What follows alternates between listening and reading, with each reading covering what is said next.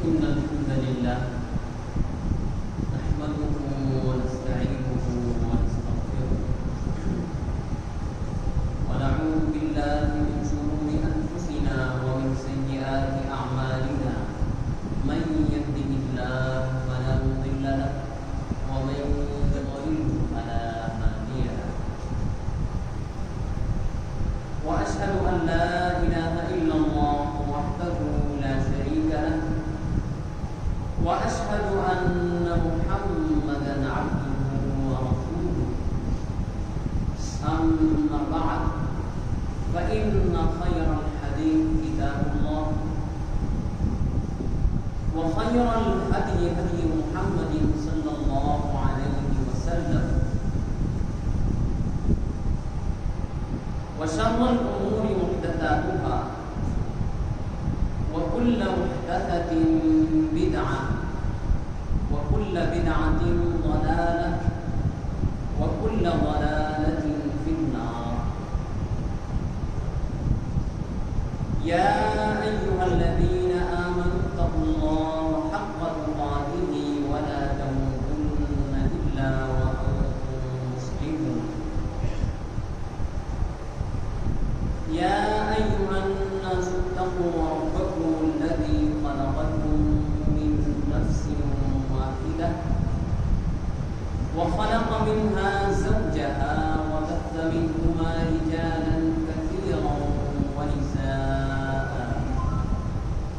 واتقوا الله الذي تساءلون به والأرحام إن الله كان عليكم رقيبا. يا أيها الذين آمنوا اتقوا الله وقولوا قولا سديدا يصلح لكم أعمالكم ويغفر لكم ذنوبكم ومن يطع الله ورسوله فقد فاز فوزا عظيما. بسم الله الرحمن الرحيم. إذا جاء نصر الله والفتح ورأيت الناس يدخلون في دين الله أفواجا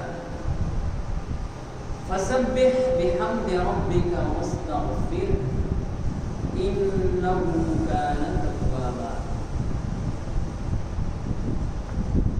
ہر طرح کی حمد و ثنا اور تمام تعریف و بڑائی صرف اور صرف اللہ سبحانہ کو زیبا اور لائق ہے، جو سارے جہان کا خالق و مالک، مدبر و متصرف اور منتظم ہے، جو سب پر مہربان ہر وقت مہربان ہے، جو انصاف کے دن کا مالک بھی ہے۔ اے اللہ، تیری ہی ہم سب عبادت کرتے ہیں اور کرتے رہیں گے، اور تجھ ہی سے ہم سب مدد مانگتے ہیں اور مانگتے رہیں گے۔ اے اللہ، ہم سب کو اپنی رضا والی جگہ جنت کا سیدھا اور سچا راستہ دکھا کر اس پر چلا دیجیے، یعنی نبیین، صدیقین، شہداء اور صالحین کے راستے پر، جن پر تو نے اپنا فضل انعام فرمایا، جو نہ تو یہود کی طرح عملی کوتاہی کی وجہ سے تیرے غضب اور غصے کا شکار ہوئے، اور نہ ہی نصارہ کی طرح علم کی کمی کی بنا پر راستے سے بھٹکے ہوئے۔ آمین۔ اے اللہ، ہماری دعا قبول فرما۔ درود و سلام نازل ہو تمام انبیاء اکرام پر، خصوصاً ہمارے نبی محمد صلی اللہ علیہ وسلم پر، آپ کی آل اور اصحاب پر۔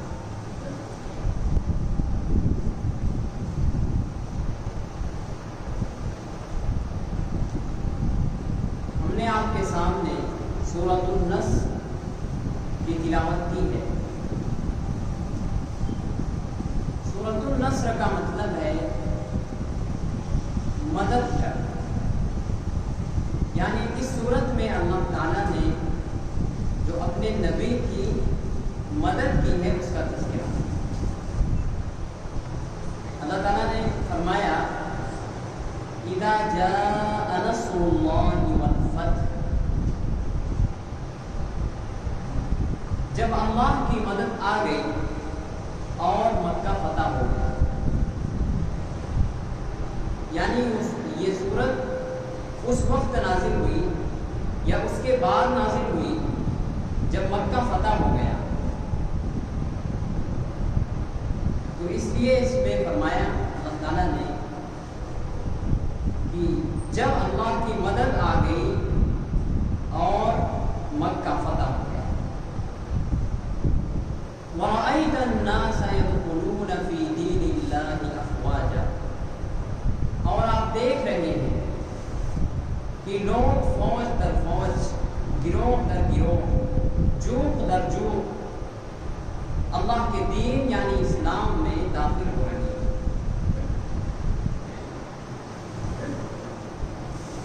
تو اب آپ کا کیا کام ہے؟ فَسَبِّحْ بِحَمْدِ رَبِّكَ وَاسْتَغْفِرْ، تو بس آپ اپنے رب کی تسبیح کریں اس کے حمد کے ساتھ، یعنی اس کی تسبیح کریں اور اس کی تعریف کریں، اس کی حمد و ثنا بیان کریں، واستغفر، اور کثرت سے استغفار کریں، انہ کان توابا، اس لیے کہ بے شک وہ بہت ہی زیادہ توبہ قبول کرنے والا، رحم کرنے والا۔ تو اس آیت میں اللہ نے اپنے نبی علیہ السلام کو استغفار کرنے کا اور تسبیح اور اس کے ساتھ حمد و ثنا بیان کرنے کا حکم دیا۔ تو اس سے یہ پتہ چلتا ہے کہ جب اللہ نے حکم دیا اپنے نبی کو، جبکہ ایک جگہ اللہ تعالیٰ نے فرمایا ما تقدم من ذنبک وما تأخر، اے نبی ہم نے آپ کے اگلے پچھلے تمام گناہوں کو معاف کر دیا، پھر بھی اللہ نے یہاں پر حکم دیا کہ اے نبی آپ استغفار کریں، اللہ سے معافی طلب کریں، اللہ سے بخشش مانگیں، کیونکہ یہ عمل اللہ کو نہایت پسند ہے، اس لیے اللہ تعالیٰ نے اپنے نبی کو یہ حکم فرمایا۔ اسی طریقے سے بہت سارے جتنے بھی نبی آئے سب نے اللہ سے استغفار کیا، توبہ کی۔ اللہ نے کچھ نبیوں کی توبہ کو نقل کیا قرآن میں۔ تو سب سے پہلے نبی اور سب سے پہلے انسان کون ہے؟ آدم علیہ السلام۔ تو ان کی توبہ، ان کا استغفار اللہ نے سورۃ الاعراف سورت نمبر 7 آیت نمبر 23 میں فرمایا۔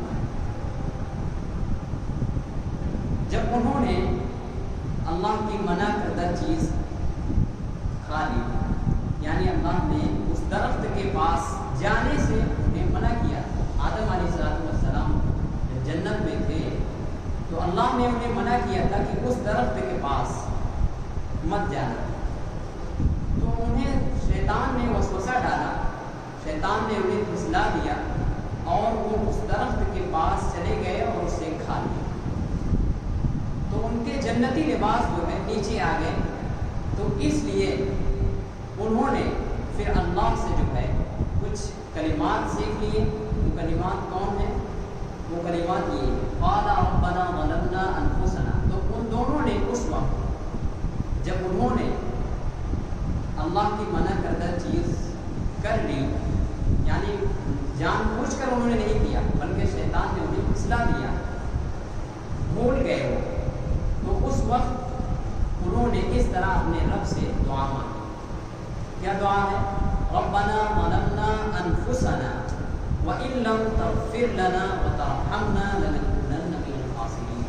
اس کا مطلب یہ ہے قال، ان دونوں نے اللہ سے دعا کی، یعنی آدم علیہ السلام اور ان کی بیوی، تو ان دونوں نے ایک ساتھ دعا کی ربنا ظلمنا انفسنا، اے ہمارے رب ہم نے اپنی جانوں پر ظلم کر لیا، یعنی ہم دونوں نے اپنی جانوں پر ظلم کر لیا۔